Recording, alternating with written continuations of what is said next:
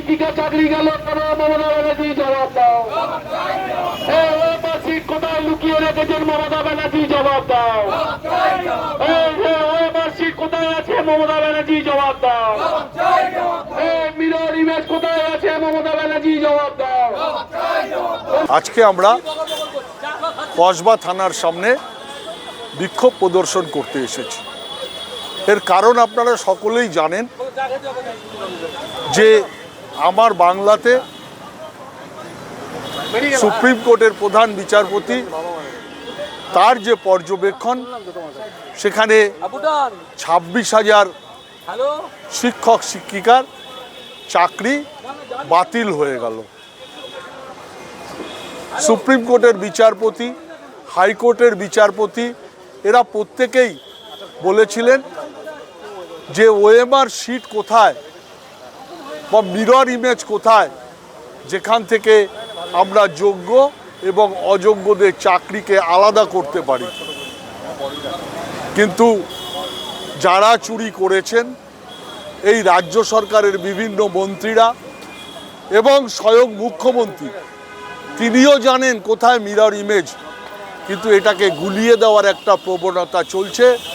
তার কারণ, যদি তারা যোগ্য এবং অযোগ্যতে সুপ্রিম কোর্ট আলাদা করে দিতে পারে তাদের এই মিরর ইমেজ থেকে, তাহলে এটা প্রমাণ হয়ে যাবে যে শিক্ষায় দুর্নীতি হয়েছে এবং স্বয়ং মুখ্যমন্ত্রী এতে জড়িত আছেন।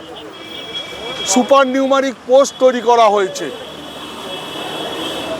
মন্ত্রিসভার সকলের সম্মতি দিয়েছেন। কোথায় সেই সুপার নিউমারিক পোস্টের সেই সমস্ত ছেলেমেয়েরা? তাদের 26,000 চাকরি, এক একজনের পরিবারের 4 জন করে যদি আমরা ধরি, তাহলে 1 লক্ষ মানুষ আজকে অন্নহারা হয়ে গিয়েছেন আমার পশ্চিম বাংলায়।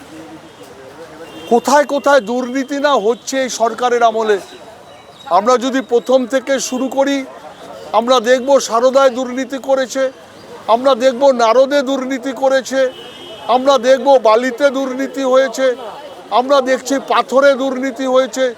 সমস্ত জায়গায় শেষ যে শিক্ষা পশ্চিম বাংলায়, যেটা স্তম্ভ, সেই স্তম্ভটাকে পর্যন্ত ধ্বংস করে দিয়েছে। কোথায় গণতন্ত্র? মানুষ প্রতিবাদ করতে যাচ্ছে, শিক্ষক শিক্ষিকারা তাদের বুকে লাথি মেরে দিচ্ছে নির্মম পুলিশ। এদের বাড়িতেও ছেলে মেয়েরা আছে, তারাও শিক্ষক শিক্ষিকার কাছে পাঠান। তাদের কি বলবে তাদের বাবাদের যে তোমার বাবা তো শিক্ষককে লাথি মারে, তোমার আর শিক্ষার প্রয়োজন নেই, শিক্ষা যদি নিতে হয় বাবার কাছ থেকে গিয়ে নাও। আমার সত্যি লজ্জা হয় পশ্চিমবাংলার নাগরিক হিসেবে, সত্যি লজ্জা হয়। কেন আজকে শিক্ষকরা রাস্তায় বসে থাকবে?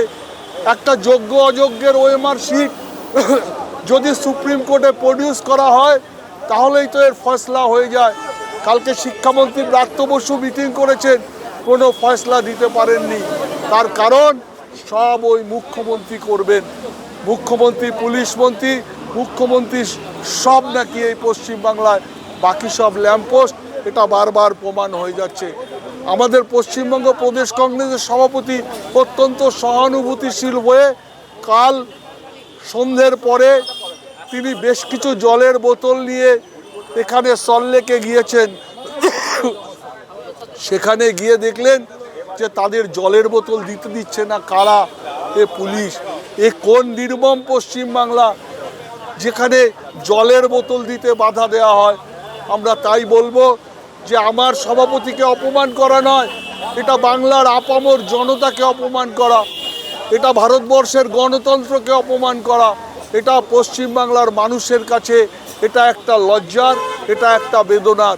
তাই আমরা আজকে কসবা থানায় যে সমস্ত পুলিশ অফিসাররা ডিআই অফিসের সামনে গিয়ে শিক্ষক শিক্ষিকার পেটে লাথি মারে, বুকে লাথি মারে, তাদের জন্য আমরা বিক্ষোভ করতে এসেছি যে আপনারা সংযত হন, আপনারা পুলিশের কাজ করেন, সরকারটা বদলে যেতে পারে কিন্তু আপনাদের চাকরিটা থাকবে। আমি বলবো এই রিটন দাসকে হয়তো কোনোদিন দেখবেন এর পদোন্নতি হয়েছে, কেন হবে আমরা কিছুই বুঝতে পারছি না। তার কারণ এটা বুকে লাথি মারার যে প্রাইজ তাকে দেয়া হবে বলে আমার মনে হয়। তার কারণ মুখ্যমন্ত্রী এর আগে যতগুলো পুলিশ এরকম কাজ করেছে তাদের সকলের পদোন্নতি হয়েছে। আমি আর বিশেষ কিছু বলবো না, আমি শুধু বলবো এদের শুভবুদ্ধির উদয় হোক, এরা সকলে সুস্থ থাকুন, ভালো থাকুন, সম্মান দিতে শিখুন, মানুষকে আপনারা ভালোবাসুন, তবেই তো আপনারা পুলিশ। মানুষ আছে, পুলিশ থাকবে, তাই মানুষ এবং পুলিশের মধ্যে যেন কোনো আর ভেদাভেদ না থাকে। আপনারা আপনাদের কাজ করুন, সুস্থভাবে সুন্দরভাবে কাজ করুন, যাতে মানুষ খুশি হয় পুলিশকে দেখলে।